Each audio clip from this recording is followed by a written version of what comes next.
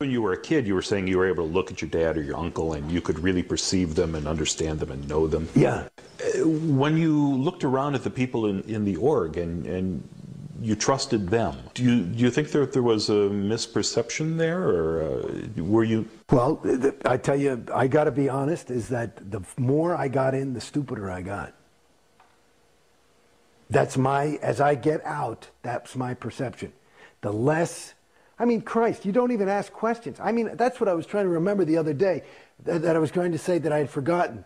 Like this thing, I got into, they made me as commissioner of CCHR. I'm talking to Tory. And the CCHR is? Because Citizens Commission on Human Rights is a way to try and destroy psychiatry and psychology. And I was like, fine, I don't give a shit. And so, you know, they put my name on their stationery. Fine, they got me out of an ethics cycle or something. So I say, okay.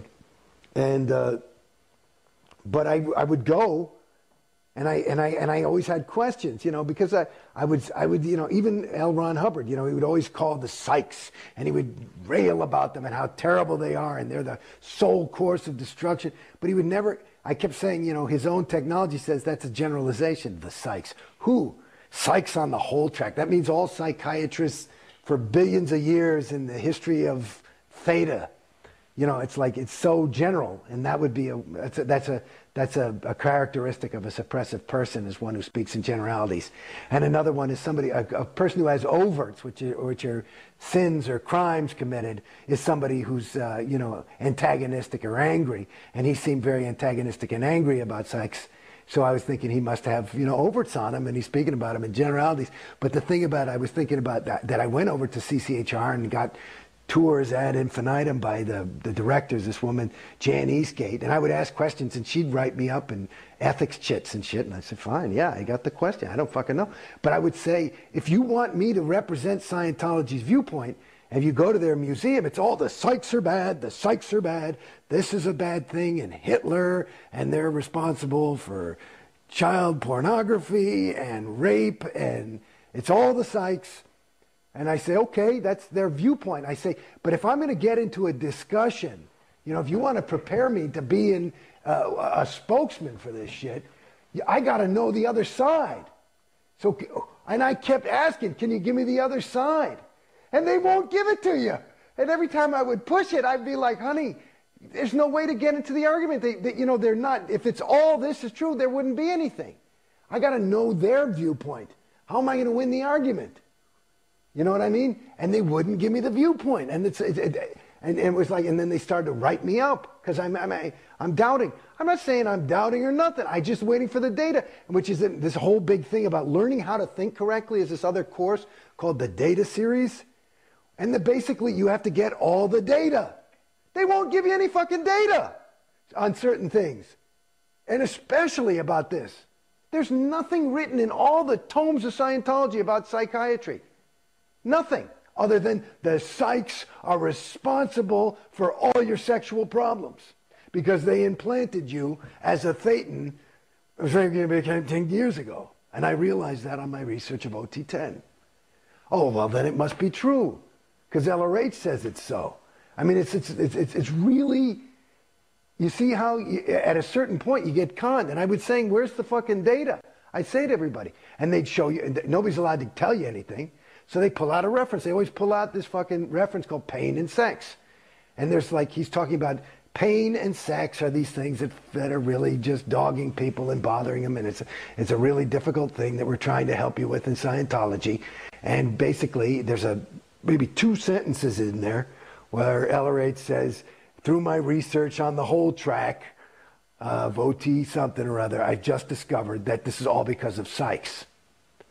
And that's the reference they tell you to prove that the fucking Hitler and rape is a thing. And I'm like, honey, that doesn't quite handle it, you know, but they don't get it. Now, I look at this as an outsider, and to me, and I don't have a vast knowledge of this, but it seems like the psychiatric field sprung forth in the 1800s, or not, you know, thousands of years ago or millions of years ago. How are there psychs on the whole track? Because if there weren't psychs? No, well, because now the latest, these are the evil people. These are the evil beings, actually. These are the evil beings. And they've been around. They, you know, like you hear about Xenu and all that shit. Xenu was a psych. You got it? So he just wasn't a practicing psychiatrist. No, he was practicing Xenuism. You got it? Gotcha. Now they're called psychs. So you better beware. I remember one time I visited. Right? Fuck me.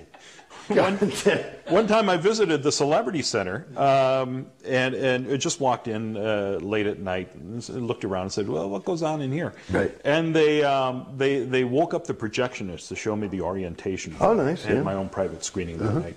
And they had some poor Sea Org kid, maybe 15, 16 years old, babysitting me in the theater. Right. Well, you're not allowed to watch the movie alone. Right.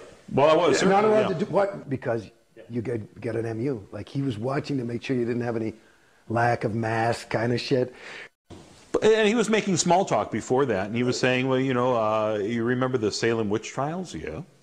You know, it was the psychs behind that. Well, I don't think there were psychiatrists back then. And he went, oh, no, not the psychs. I mean the pharmaceutical companies. Oh, dear goodness. No, not quite.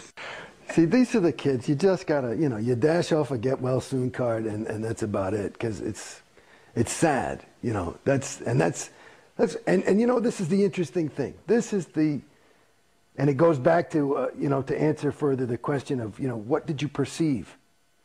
What I perceived, and I kind of avoided the question by saying I got stupider. But let me tell you something. These are good people. These are some of the best people you can meet. These are people who really want to help.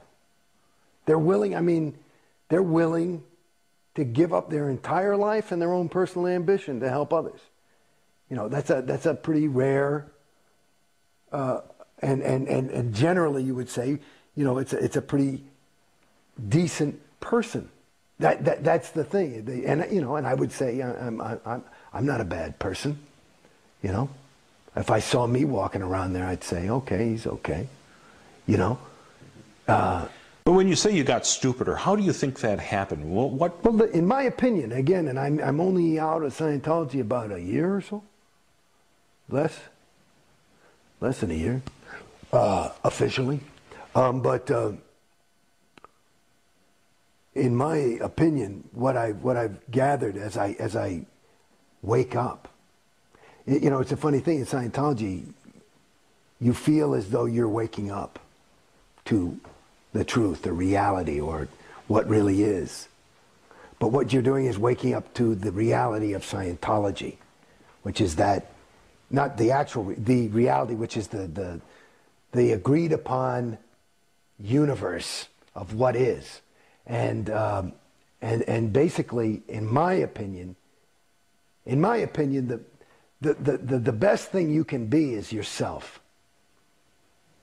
And that's who you are. And that, you know, there's degrees to which you can actually become yourself. And that's probably what the whole spiritual interest is. For me, I don't really know. But what Scientology, the trick of it is, it makes you feel as though you're sold that you're actually becoming yourself. But what you're actually becoming is, my name's Jason Beghe. I was becoming Jason Beghe, the Scientologist, rather than just, not even Jason Beghe, but me. And the trick is, and you say, how do you fall for this shit? Go back to my first fucking win. Because it's me. It's me. And so there is you. But then it's you are through,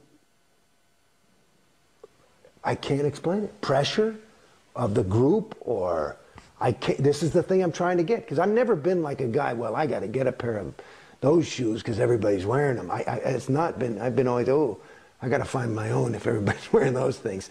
But it's like, and maybe that's how I got out to some degree, is that I always try, you know, I mean, I'm not saying I had never, you know, bought a BMW or whatever the fuck people want to do, you know, but it's like, to me,